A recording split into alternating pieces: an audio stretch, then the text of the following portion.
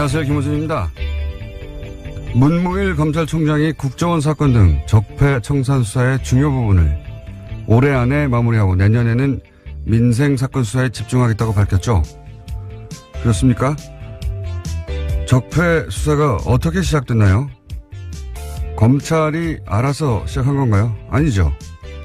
국정원 댓글 사건 수사를 국정원 댓글 사건을 수사했던 2013년에는 검찰이 없었습니까? 있었어요. 검찰 멀쩡히 있는데 국정원 수사하려다가 조선일보가 앞장서고 국정원이 뒤에 서서 검찰 수장에 목을 쳐버렸죠. 수사를 못하게. 적폐 수사가 가능해진 것은 지난 겨울 1,000만 명이 넘는 시민들이 촛불을 들고 거리로 나가 구체제를 마침내 끝을 냈기 때문입니다. 그렇게 국민들이 만들어준 기회가 바로 적폐 수사죠. 검찰총장이 아니라 그 누구도 시한을 정해서 임의로 끝낼 수 없는 겁니다. 서울중앙지검 검사들 몸이 피곤하면 총장님을 사우나를 끌어주시고 정신적으로 필요하다면 시민들이 응원을 하겠습니다. 서울중앙지검의 적폐 수사 일선 검사님들 난생 처음 응원 꽃다발 좀 받아보시겠습니까? 네. 힘들 내시고 시작했으면 끝을 봅시다. 김호준의 응원이었습니다.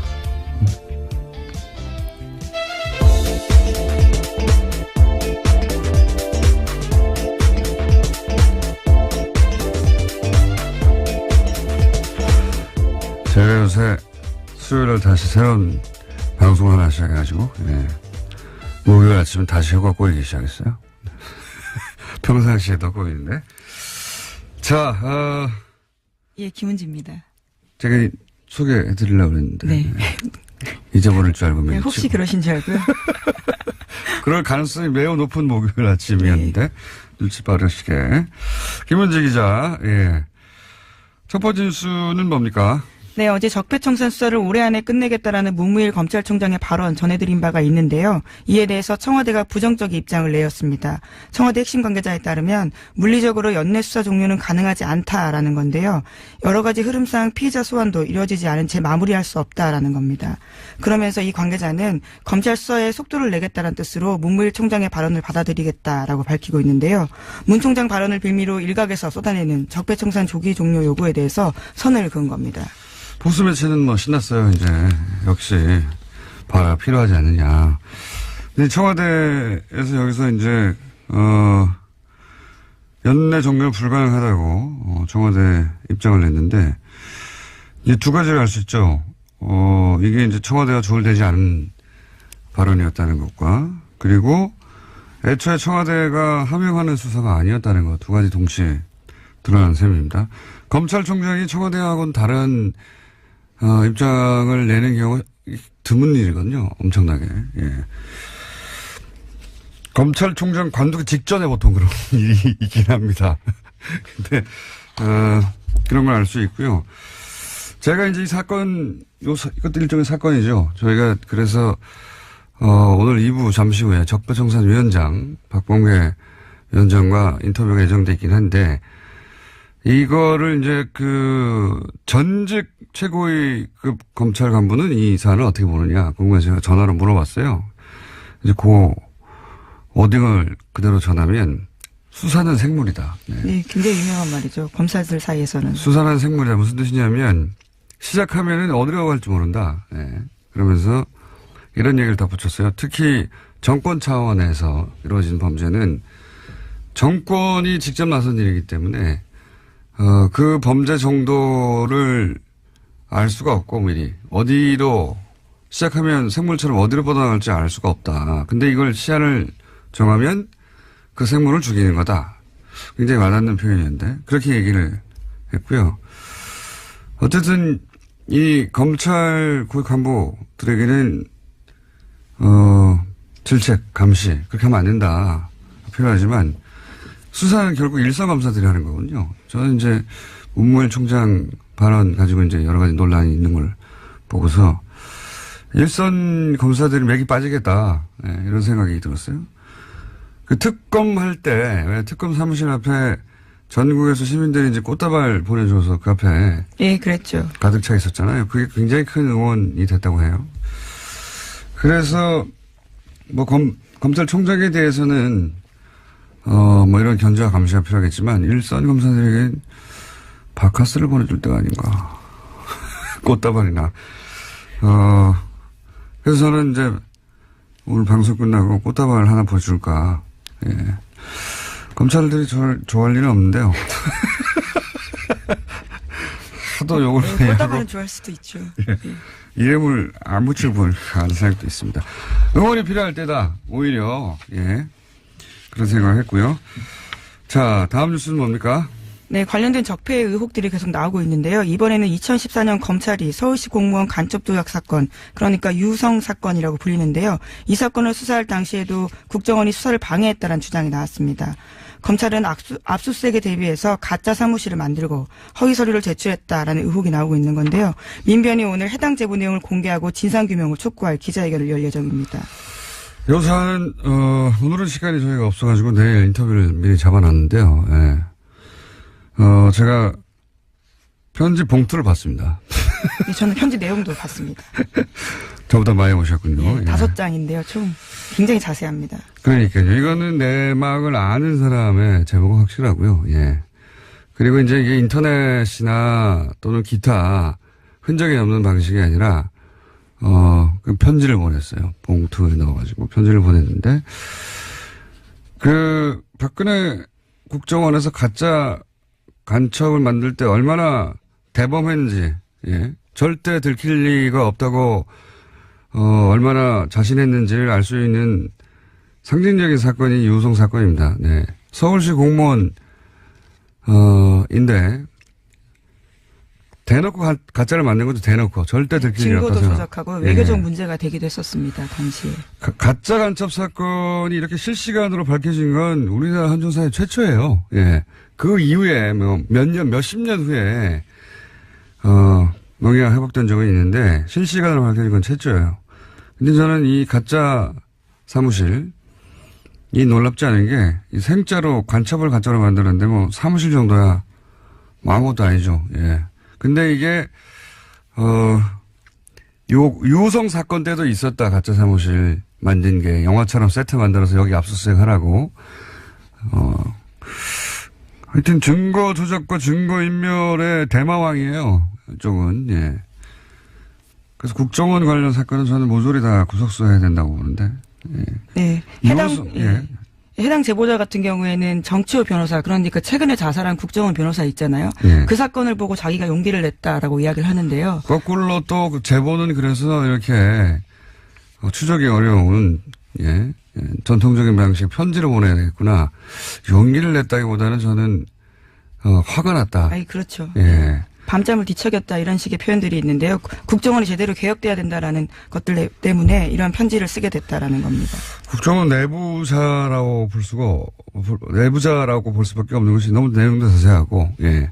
국정원 내부에 누가 이 전략을 총괄 기획했는지도 특정돼 있고, 예. 굉장히 자세한 내용입니다. 네.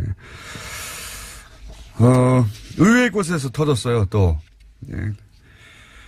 자, 그런 사건이 하나 있습니다. 오늘 민변이 기자회견을 한다고 하고 내일 인터뷰가 저희는 예정돼 있습니다. 자, 다음 뉴스는요? 네, 어제 장시호 씨가 1심 선고가 있었습니다. 검찰의 구형보다 센 징역 2년 6개월이 나왔는데요. 곧바로 법정 구속됐습니다. 당초 특검은 장 씨에 대해서는 징역 1년 6개월을 구형한 바가 있는데요. 그보다 더 높게 나온 겁니다. 장 씨가 수사와 재판에 협조한 점은 있긴 하지만 이 사안으로 실질적으로 가장 크게 이익을 본 사람이 장시호 씨라면서 재판부가 이렇게 판단했다라고 밝혔습니다. 검찰은 굉장히 당황했을 겁니다. 왜냐면은 특검 때 장시호 씨로 인해서 밝혀진 게 적지 않단 말이죠. 근데 우리나라에서 법적으로 풀리박인이 없잖아요. 양형거래가. 그러니까 저를 인정하고 협조하면 형을 낮춰주거나 아예 풀어주는 제도가 우리나라에 없단 말이죠. 그래서 아마 이제 혐의 중에서도 이게 공갈죄인데 강요죄로, 왜냐면 강요죄가 형량이 낮아요. 강요죄로 잡고, 그리고 그 중에서도 양형을 낮게 잡아주는 것으로 검찰은 그런 노력을 한 거죠. 네, 구형을 낮게 한 바가 있습니다. 네. 왜냐면은 이 정권 차원의 범죄일 때는 특히나 그 종범들이나 협조자들이 자백을 하거나 하지 않으면 밝혀내기 어려운 게 굉장히 많습니다. 장시호가 밝혔던 여러 가지 사안들은 사실 장시호가 받거나 직접 확인해 주지 않으면, 절대 밝혀낼 수 없는 부분이 많았거든요. 네, 제2의 태블릿 PC를 낸다던가 구체적으로 어떤 데 무엇이 있는지를 제보한 바가 있습니다. 그렇죠. 예. 그래서 검찰은 이제, 장시호에게 암암리에, 검찰이 알아서 그런 협조에 대해서 배려하겠다고 신호를 주었을 것이고, 장시호 씨도 적극적으로 협조를 한 것일 텐데, 사법부가 보기에는 형량이 너무 낮았던 거죠. 예. 그래서 그 양형 기준으로 따지자면 너무 낮아서 2년 6개월을 그러니까 검찰이 구형한 것보다 1년 높게 이거는 그렇게 흔하지 않은 케이스거든요. 네, 이례적인 일이죠. 예. 지금 이 적폐 관련해 가지고는 최초의 사례고 그러니까 검찰이 뭐 두 가지로 해석할 수 있어요. 검찰이 그만큼 낮게 구형을 했다라고 볼 수도 있고 그래서 사법부가 보기에는 이게 너무 낮은 거 아닌가 생각할 수도 있고 또 한 가지는 사법부가 의도하지는 않았다고 저는 생각합니다. 이 판결에서. 그런데 결과적으로는 어떤 메시지를 주냐면 검찰 수사 협조에도 별 소용이 없네 이런 메시지를 결과적으로 주게 되는 그런 메시지 효과가 있죠. 예. 예를 들어 삼성 수사 관련해서 검찰에 협조해도 이룰 게 하나도 없다 하는 그런 메시지 효과가 분명히 있습니다. 결과적으로. 이 사안은 저희가 역시 2부에 예, 양지열 변호사와 다룰 텐데 저는 개인적으로 좀 아쉬워요. 그때 자세히 얘기하겠지만 예, 뭐 제가 아쉽다고 판결이 바뀌는 건 아닌데 뭐 물론 2심과 3심이 남아있긴 합니다. 네, 메시지 효과가 예. 그런 게 있는 거죠. 검찰과 그 장시호 씨는 당황했겠죠. 크게. 아마도 장시호 씨는 모르긴 몰라도 1년의 집행유예 혹은 1년 6개월의 집행유예 뭐 이런 식의 법정 구속을 예상하지는 않았을 거라고 봐요. 네, 어제 그래서 그 결과가 나온 다음에 재판장한테 그런 호소를 했었습니다. 바로 법정에 구속되지 않도록 해달라고요. 아이를 좀 보고 오겠다라는 취지 이야기도 했었습니다. 전혀 예상을 못한 모습이었던 거죠. 그렇죠. 왜냐하면 본인은 충분히 협조했고 검찰도 그렇게 얘기했을 테고 물론 뭐 판사, 검사 사이에 그런 갈등이 있어요. 예. 그런 양형 조절을 검사가 수사할 때 해주겠다고 피의자한테 얘기하면서 뭔가를 얻어내고 사법부는 아니 제도에도 없는 걸 검찰이 마치 있는 것처럼 판결은 사법부 영역이잖아요. 거기에 영향을 주려는 검사의 그런 태도를 싫어하고 그런 오랜 갈등이 있긴 한데 그 얘기는 제가 양변과 하기로 하고요. 자, 다음 순서 뭡니까? 네, 국제올림픽위원회 IOC가 러시아 선수단의 평창 동계올림픽 출전을 금지했습니다. 지난 2014년 소치 동계올림픽에서 국가 차원의 조직적인 금지 약물 복용이 이뤄졌다라는 판단에서 나온 결정인데요. 러시아 선수들은 엄격한 도핑 검사를 통과해야만 러시아 출신 올림픽 선수라는 개인 자격으로 올림픽에 출전할 수 있게 됐습니다. 그렇군요. 네. 러시아에서는 인정하지 않고 있죠. 예, 이 사안을. 네, 그렇죠. 그래서 12일까지요. 개인 자격으로는 아마 출전할지 여부를 결정하겠다라는 입장입니다. 근데 이 고발 자체가 러시아에서 출발된 거예요. 예. 네, 내부 고발이죠, 일종의. 예. 자, 다음 순 뭡니까? 네, 세계적인 시사주간지 타임이 올해의 인물로 성폭력 고발로 세계를 뒤흔든 여성들을 선정했습니다. 성폭력 고발에 나선 여성들을 통칭해서 침묵을 깬 고발자들이라는 이름을 붙이고 표지 모델로 선정했다고 밝혔는데요. 표지에는 성폭력 고발의 중심에 섰던 배우 애슐리 주드 등이 등장했습니다. 이게 이제 특히 영미권에서 미투 해시태그, 그러니까 나도 그런 일을 당했다 성폭행. 지금 이 여배우들이 굉장히 유명한 영화 제작자 하비 와인스타인, 예. 네. 그 양반한테 당했던 성추행 사건들을 계속 폭로하고 그러자 나도 당했다고 하는 미투 해시태그 광풍이 불었거든요. 예. 그래서 이게 이제 전 세계로 퍼져나왔어요. 네, 예. 80개국이 넘는 국가에서 해시태그가 회자됐다라고 합니다. 미투. 여기까지 하고 이제 저희의 미니인 리얼미터를 해야 되는데 이 해시태그 얘기하니까 제가 오늘 재밌는 거 하나만 얘기하고 꼭 넘어가야 되겠습니다. 제가 댓글 부대 아직도 운영된다 이야기 여러 번 했거든요. 근데 이제 반신반의하셨던 분들이 많을 거예요. 제가 오늘은 좀 더 구체적인 증거에 해당되는 정황을 거의 증거라고 봅니다. 말씀드리면 지금 네이버에 가서 오픈, 영어로 오픈, 영어로 쓰지 말고인데 한글로 오픈 열기 네 글자를 검색어에 딱 쳐보세요. 그런 다음에 그 메뉴 중에 실시간 검색이라는 메뉴가 있습니다. 네이버에. 트위터 같은 거 검색하는. 오픈 열기라고 치고 실시간 검색을 탁 클릭하면 각종 기사에 달린 댓글들 중에 오픈 열기, 옵션, 죄송합니다. 오픈 열기가 아니라 옵션 열기예요. 옵션. 예. 옵션 열기라는 단어가 포함된 댓글들이 주르륵 나옵니다. 이건 해시태그가 아니라 갑자기 왜 옵션 열기라고 하느냐. 이게 전부 다 댓글 부대가 쓴 댓글이에요. 댓글을 달 때 위에서 지시를 받아서 그걸 자기 아이디로 카피를 해서 댓글을 달았는데 거기 맨 앞에 옵션 열기라고 하는 내용과 상관없는 메뉴가 있는데 그걸 카피해서 갖다 붙여버린 거예요. 무슨 얘기인지 아시겠죠? 이거 한번 해보겠습니다. 잘 모르겠네요. 바보같이 무슨 얘기냐면 네. 내가 댓글을 달 때 댓글 알바가 있다고 쳐요. 예. 지시를 받았어요. 내용을.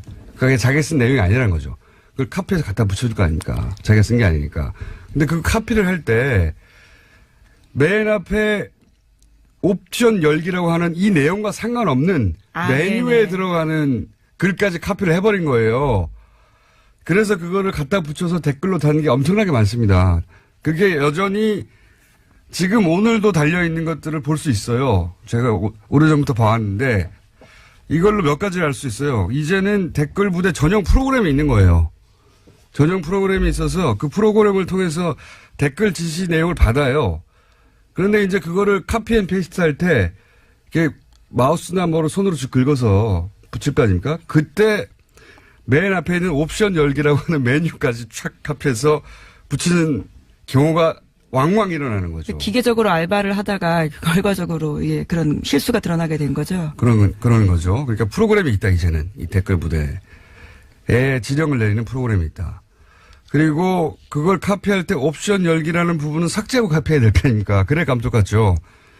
그런데 컴퓨터에 그만큼 익숙하지 않아서 고연령대 노년층일 가능성이 높은 거죠. 그것까지 카피해버린 거예요. 재밌죠? 예. 그리고 이 댓글 프로그램을 통해서 댓글 지시가 내려가고 그거를 댓글 다는 부대가 아직도 있는데 그 댓글을 특정 기사에만 달 거 아닙니까? 그 기사들 어디에 달았나를 보면 논리는 굉장히 논리 개발자가 따로 있는 게 확실해요. 예. 고급한 정보들도 가끔 있고요. 보면 당연히 이제 문재인 대통령 공격한다든가 여당을 공격한다든가 조국 교수도 타겟이 자주 됩니다. 뭐 최근 같은 경우에는 이제 낚싯배 사고를 났는데 세월호하고 비교해서 공격해요. 세월호 그렇게 뭐라고 하더니 니들은 뭐 다르냐. 그리고 이제 김국종 교수. 이국종 교수. 죄송합니다. 이국종 교수를 높이면서 김종대 의원을 공격하고 여기에 저도 가끔 포함돼요. 저는 김종대 의원을 옹호한 적이 없는데 어쨌든. 그리고 조국 민정수석 또 자주 등장하고요. 지금 당장 해보시면, 왜냐면 제가 이제 방송에서 이 말을 했기 때문에 이제 지워버릴 거예요. 근데 지금 당장 해보시면 실시간으로 주르륵 나옵니다. 댓글 알바 있다. 댓글 무대 있고요. 이거 누가 시키고 누구 돈으로 하는 건지, 주요한 적폐 수사 끝나면 이거 수사 들어가야 된다고 봅니다. 여전히 돌아가고 있어요. 댓글 알바들. 오늘 여기까지 해야 되겠습니다. 네, 수상 소식도 하나 전해드리려고 했는데요. 수상 소식이요? 네, 민주언론시민연합에서 민주시민언론상 본상 수상자로 김어준 공장장이 선정됐다고 합니다. 예, 아주 짧게 말씀드리겠습니다. 중요한 뉴스네요. 예.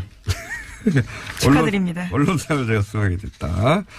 자, 시사인의 김은지였습니다. 감사합니다. 네, 바로 이어서 권순정 리얼미터 조사 분석 실장님 나오셨습니다. 그것마저 알려주마.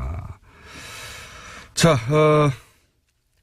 이건 이제 유일하게 저희가 주 중반에 하는 조사입니다. 네. 대부분 주 초반 혹은 주 말에 하거든요. 자, 한번 쭉 읊어보시죠. 네, 이번에는 정당부터 먼저 소개를 해드릴게요. 네. 네. 2018년도 예산안이 통과됐지 않습니까? 네. 요번에 국민의당하고 바른정당이 최근에 계속 하락세를 겪고 있었는데, 네. 모처럼 반등을 했습니다. 국민의당이 1.2%포인트 상승을 해서 네. 5.8%고요.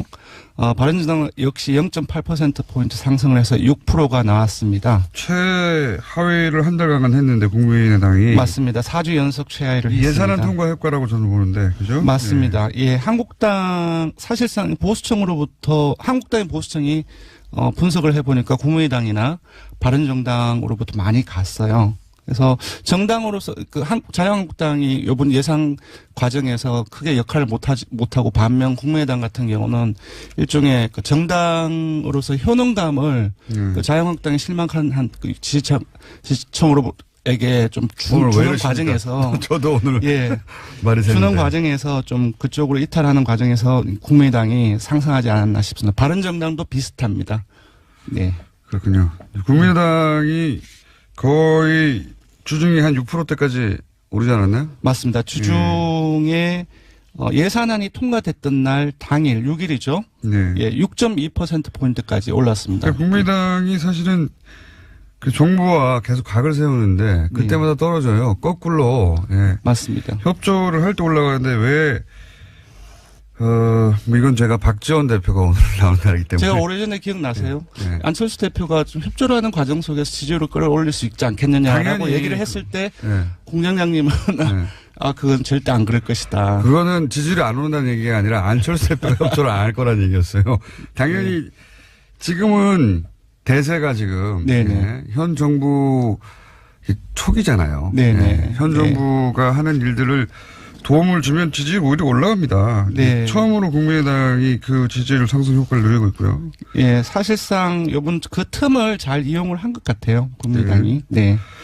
반면 자유한국당 같은 경우도 사실상 오르긴 올랐지만 제가 봤을 때는 사실상 패배자가 아닌가 싶거든요. 예산안 통과되고 나서는 떨어졌죠. 예, 0.7%, 이번 주중 집계에서는 0.7%포인트 상승을 해서 18.3%인데 예산안이 통과됐을 때는 17.4%이고요. 그렇겠죠. 그 사실상 논란이 많이 된 과정 속에서 한국당이 이것보다는 조금 더 많이 올라야 되는데 보수층이 한 5%포인트를 이탈을 했습니다. 오히려. 예, 오히려. 이 이탈한 층이 아까 말씀드린 것처럼 국민의당하고 바른정당하고 거의 다 간 것이죠. 네. 그렇군요. 민주당은 어떻게 되나요? 예, 민주당은 조금 이제 상당폭 빠졌습니다. 3.4%포인트 하락한 48.5%이고요. 주중에는. 이제 국민의당하고 바른정당의 요인이라고 봐야 될 것 같습니다. 하지만 예산안이 통과됐던 날은 다시 50%를 올라갔죠. 회복했기 때문에 요거는 이제 아주 짧은 기간 동안의 영향이 아닌가 싶습니다. 쌤쌤이네요. 네, 정의당 또한 하락을 했습니다. 0.6%포인트 하락해서 4.5%가 나왔습니다. 대통령 지지도 비슷하겠네요. 네. 떨어졌다가 또 예산안 통과될 때 올라가고. 4주 연속 상승 흐름이었다가 지난주하고 이번 주까지 조금 아주 약하게 그 2주째 하락했는데요. 0점대. 예, 0.7%포인트 하락해서 70.8%입니다. 약보합이라고 볼 수 있는데. 예산안 통과되온 다음에 어떻게 됐습니까? 예, 예산안 통과된 다음에 상당히 많이 올랐어요. 그러니까 72.1%포인트까지, 72.1%까지 올라서. 상당히 더 뭐 1.1%. 왜냐하면 그 전날에는 69.3%까지 떨어졌기 때문에 예. 그 일일 변화로서는 상당폭 올랐다고 볼 수 있을 것 같습니다. 예. 뭐 저희가 몇 달째 똑같은 얘기하고 있는데. 네. 0점 몇 빠지고 0점 몇 오르고 뭐. 예. 좀 많이 빠지고 오르면 1, 2% 움직이고. 예, 종합을 하면 한국당 지지층을 제외하고는 모든 정당 지지층, 모든 지역, 모든 연령, 모든 이념 성향에서 다 긍정평가가 크게 높거나 우세합니다. 네. 알겠습니다. 예산안이 통과되면서 사실은 주요 정당들의 지지율이 좀 진폭이 있고. 네, 맞습니다. 대통령 지지율도 진폭이 좀 있고. 그렇습니다. 예. 통과되면서 민주당 그리고 국민당이 상승한 형국이고요. 네. 한국당 하락하고 한국당을 빼고는 상승을 했지만 예. 예산안 통과를 기준으로 하자면 예, 맞습니다. 주요한 가장 중요한 이벤트였던 네. 정의당도 하락을 했네요. 네, 정의당은 언론 보도가 상당히 많이 감소했습니다. 네. 언론 보도 감소 효과도 있는 거고. 네. 자, 그것마저 알려주면 현안주사 이번 주는 뭡니까? 예, 그 문무일 검찰총장의 이제 발언이 있었는데 많이 논란이 되었죠. 이거 간접적으로 알 수 있는 조사가 아닌가 싶은데요. 한 2주 전쯤에 죄송합니다. 김관진 전 국방부 장관하고 예. 임관빈 전 실장. 사이버 사령부 댓글 공작 관련해서 네, 석방이 됐죠. 예, 구속 구속 석방이 됐는데 이에 대해서 국민들이 어떻게 생각하는지 물어봤습니다. 네. 물어봤더니 이 여론조사 종이에요. 이 여론조사 왜 안 하나 싶었는데. 예. 그랬더니 네.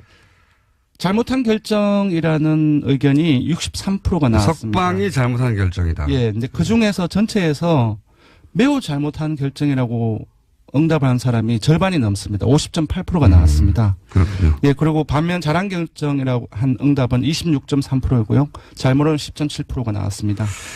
대부분의 지역 계층에서 예. 잘못한 결정이라는 것이 대다수 응답이었고요. TK, PK는 어떻습니까?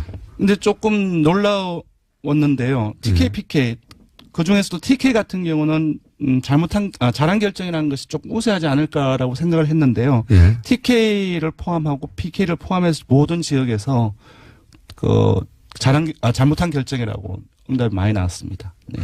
그렇군요. 그러니까 이제 대략 50대 이하, 예. 네. 그리고 전 지역, 예. 그렇습니다. 전 지역입니다. 예. 네. 그리고 국민의당, 민주당, 정의당 이런 정당 지지자들을 다 포함해서 네. 잘못된 결정이라는 게 대다수다. 맞습니다. 60% 이상이고 잘했다고 하는 거는 그러면 60대 이상 보수층, 자유한국당 지지층 이렇게 예, 돼요. 예. 핵심적인 이제 보수 성향이라고 할 수 있겠죠. 60대 이상 보수층, 자유한국당 지지층에서는 잘한 결정이라는 것이 대다수입니다. 그러니까 이 26%가 사실은 보수 정당이 노려할 타겟층이 됐는데 네네.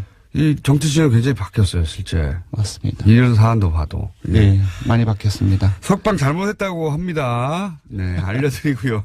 국민 여론은. 네. 조사 기회 알려주십시오. 네, 이번 주중조사는 TBS 의뢰로 이번 주 월요일부터 수요일까지 전국 19세 이상 성인 1,516명을 대상으로 했고요.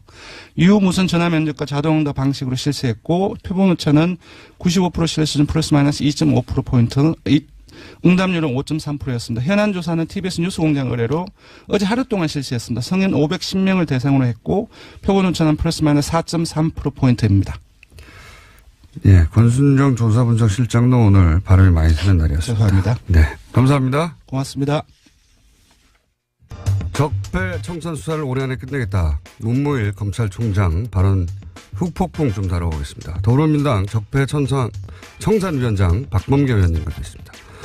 안녕하세요, 위원장님. 네, 반갑습니다. 네.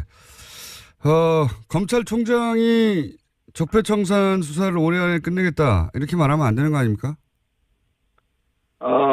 그 뒤에 이제 여러 추가적인 어떤 그 보도에 의해서 다소 이제 그 발언의 진위가 좀 설명이 되긴 했는데요. 네. 문무일 검찰총장의 말씀이 모든 적폐 청산과 관련된 수사를 금년 내에 마친다. 이런 의미로는 해석하지는 않습니다. 국정원 TF에서 수사 의뢰된 사건의 가닥은 올해 내로 좀 잡았으면 좋겠다. 그렇게 이해를 하고요. 다소 그 말씀의 진위가 좀 전달되는데 조금 혼선이 있었던 것은 맞는 것 같습니다. 그러면 진위라 하면 위원장님 보시기에는 속도를 내겠다 이런 의미라고 보시는 겁니까? 고충이 좀 있다고 저는 보여지는데요. 아시다시피 일부 언론과 또 이명박 대통령 본인, 전 대통령 본인 또 자유한국당의 정치적 공세, 정치보복 프레임이 있었고요. 또 간과할 수 없는 것은 검찰 내부에 검사장들 일부의 어떤 검찰이 청와대 하명 수사를 따르는 거 아니냐라는 그런 불만들이 있었습니다.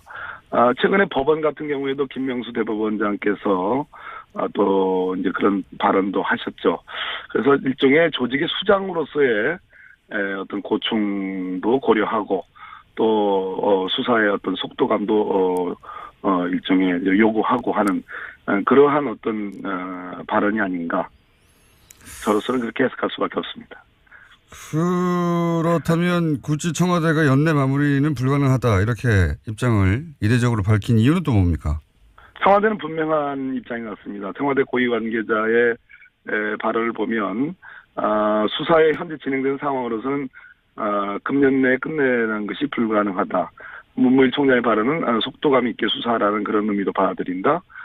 또 적폐청산의 수사라는 것이 일부 야당의 주장처럼 그러한 정치보복 그런 것이 아니고 제도와 어떤 관행 시스템을 바꿔내는 과정이기 때문에 혐의가 있으면 있는 대로 수사할 수밖에 없는 거 아니냐라는 아주 강한 의지를 다시 한번 표현한 걸로 봅니다. 일반 시민들 입장에서 궁금한 건 결국 그래서 이거 연내 끝나는 거 아니죠? 네. 불가능하다고 봅니다. 여러 가지 조건들이 그렇습니다. 네. 그러면 이제 적폐청산위원장으로 보시기에 앞으로 남아있는 사건들 중에 가장 중요한 남아있는 적폐수사가 어떤 게 있습니까? 국민의 관심은 뭐니 해도 지금 박근혜 국정농단을 넘어서서 그 원인이 됐던 이명박 정부 당시의 여러 가지 적폐들에 대한 수사인데 그 정점은 이명박 전 대통령 아니겠습니까? 그렇죠. 어떤 방식으로 조사를 할 것이냐. 군사이버사령부 관련해서는 직접적인 그러한 어떤 진술들이 나왔습니다. 김관진이 석방이 됐습니다만, 예. 저는 다스 문제라든지 다스 140억이 스위스 계좌에서 다스로 돌려가는 과정은 분명히 불법성이 있는 거고요. 또 제2롯데월드, 뭐 여러 가지 자원외교 비리, 자원비리 이런 것들은 여전히 수사의 대상으로 남아 있다고 봅니다. 자, 그러면 말씀을 꺼내셨으니까 이왕 연결된 김에 박범계 의원님도 사실은 오래전부터 이 다스 관련해서 자료들을 많이 들여다. 네. BBK, 예. 네. BBK 다 연결되니까요, 결국은. BBK. 예, 그렇습니다. 다스. 예. 자료를 오랫동안 보시고 특히 미국 쪽 판사 출신이시다 보니까 그런지 미국 법원에서 나온 자료를 굉장히 면밀히 검토하신 걸로 알고 있는데, 연결된 김에 미국 법원에서 나온 최근의 해석이나 판결이나 중에 주목할 만한 것들이 있습니까? 예, 그렇습니다. 미국에서는 여러 가지 소송들이 있었습니다. 그 중에 특히 제가 지난번에 자금의 흐름 관계는 밝혔고요. 예.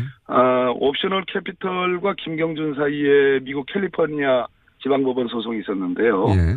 그 미국 법원이 아주 주목할 만한 그러한 판단을 한 부분을 제가 찾아냈는데요. 옵셔널 캐피탈은 이제 옵셔널 벤처스의 이제 소액 투자자들을 대리한다고 볼 수 있는 곳이죠. 예. 예. 그 옵셔널 캐피털이 한국 검찰이 김경준을 수사하면서 작성했던 검찰의 수사 보고서와 그 당시에 옵셔널 벤처스의 전직 직원들 4명의 진술들을 미국 법원에 증거로 요청을 합니다. 증거를 채택해달라고. 근데 미국 법원이 이걸 거절합니다. 거절하는 이유가 첫째는 한국 검찰의 보고서는 검찰이 객관적이지 않다. 이런 얘기입니다.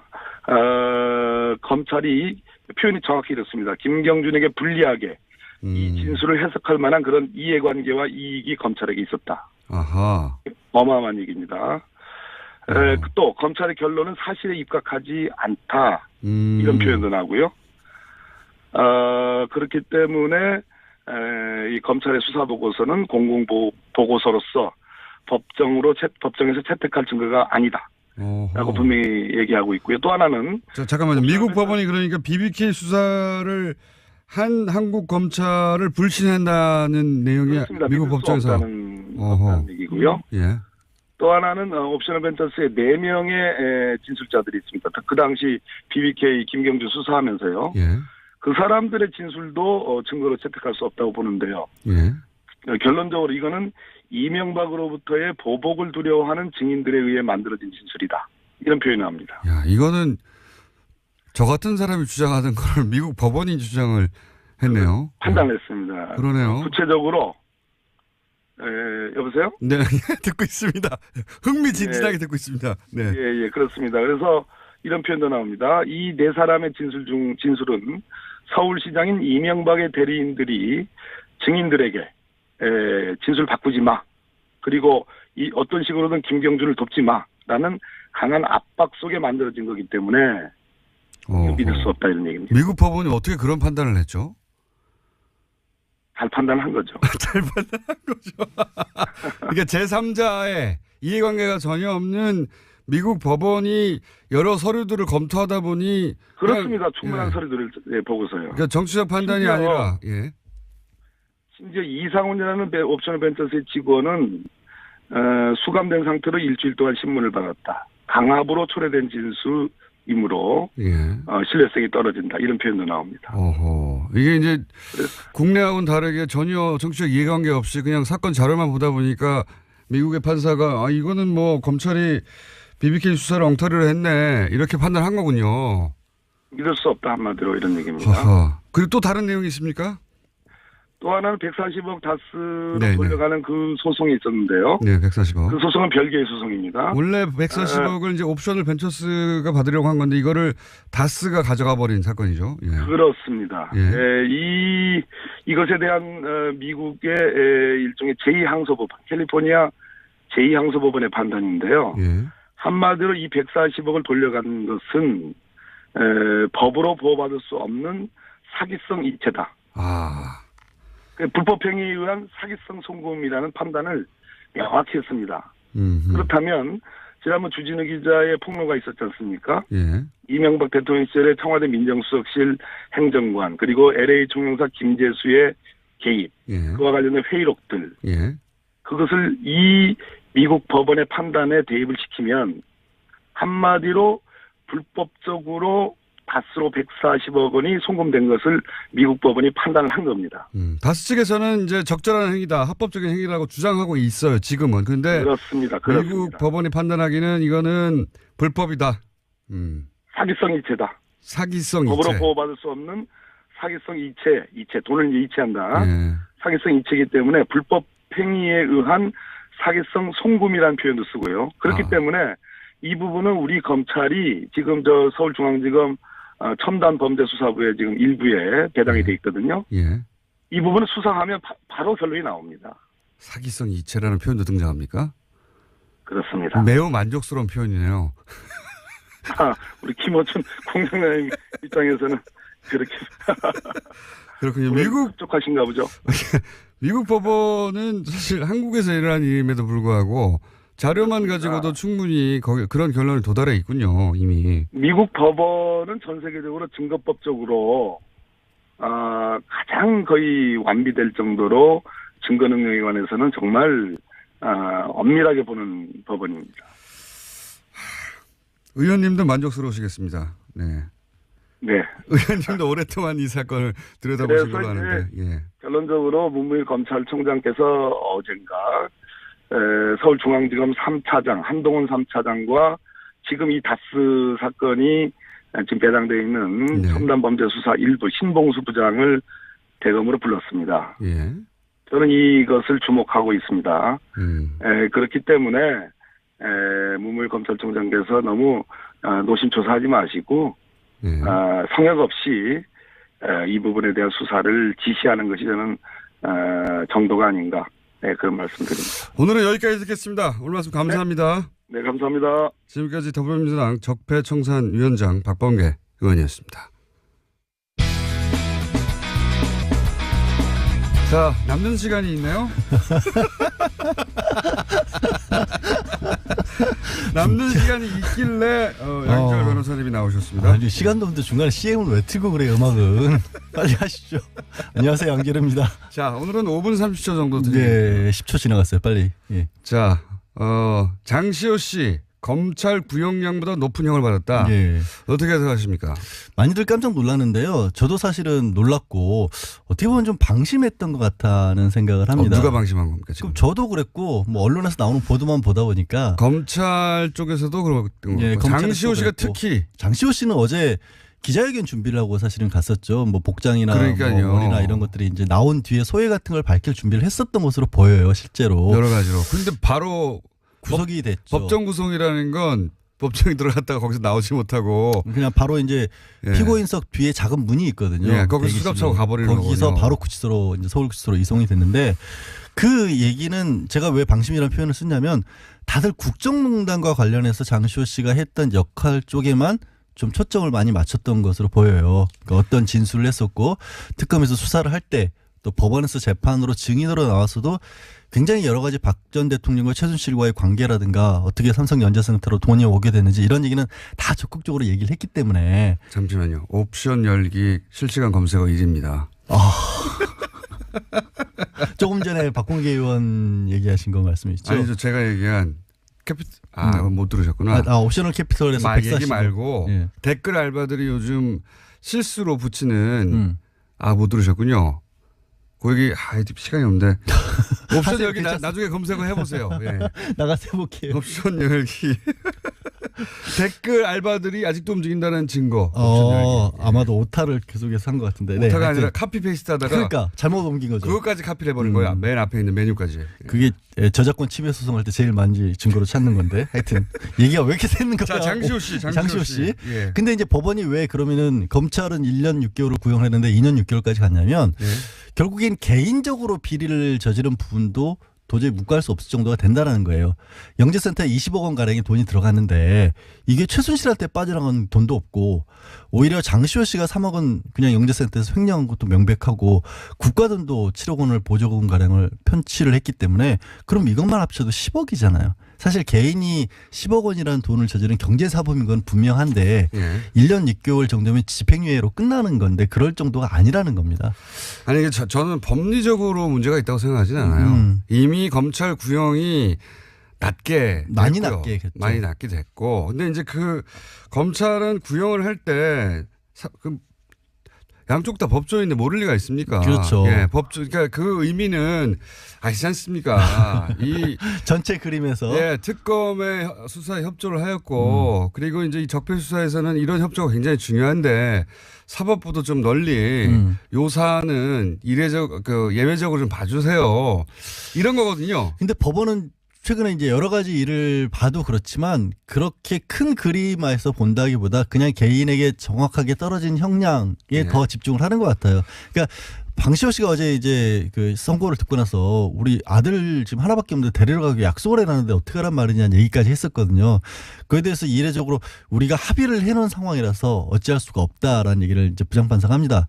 고민을 많이 하기는 했다라는 얘기인데 저는 이제 아쉬운 게 뭐냐면 이걸 이제 법리로 따지면 사법부는 뭐 하자가 없어요. 그러니까 어쩔 예. 수 없는 상황인 거예요. 왜냐하면 형량도 너무 낮게 한 게 맞고, 그 다음에 이게 이건 이제 전문가들이 따져야 될 얘기겠지만 강요죄냐 공갈죄냐 이것도 형량이 낮은 쪽으로 했고, 전문가 얘기를 들어보니까. 그리고 사법부가 딱히 법리적인 차원에서 질타를 당할 이유가 없는데. 그렇죠. 예. 근데 이제 일부 언론에서는 이런 표현도 쓰더라고요. 이게 검찰의 어떤 플리 바게닝 관행이라는 것을 제동을 건 거 아니냐 이런 분석도 하는데 원래 검사 판사 사이에 그런 게 있잖아요. 있으니까. 그런데 이제 저는 이걸 관행에 제동을 걸었다기보다 걸린 거죠. 법원이 능동적으로 뭔가 이렇게 검찰을 제어하려고 한다기보다 너무 낮게 들어갔던 것 같고요. 그러려면 차라리 법원도 인정할 수 있을 만한 어떤 제도적인 장치가 있는 게 낫지. 그러니까 차라리 저는 예. 이 차원에 이참에 그런 제도를 만들어서 만들 공식적으로 필요가 있다고 생각이 들어요. 그러니까 사법부 입장에서 이런 거죠. 이렇게 정말 법에 없는데 어떡하란 거냐. 뜬금없이 갖고 오면 네. 검찰도 양형기준표가 있거든요. 그리고 법원도 있고. 아니, 사법부는 법에 없단 말이죠. 이게 정상 참작이라는 게 이런 경우에 예를 들어서 검찰 수사에 적극 협조하였기 때문에 이게 없다고 하더라고요. 그러니까 해도 너무 낮게 잡았다. 법원이 이렇게 본 거예요. 저는 그렇게는 보지 않고 아니, 이렇게 봅니다. 그러니까 전 한 개인에 대해서 엄정한 법 집행 중요하죠.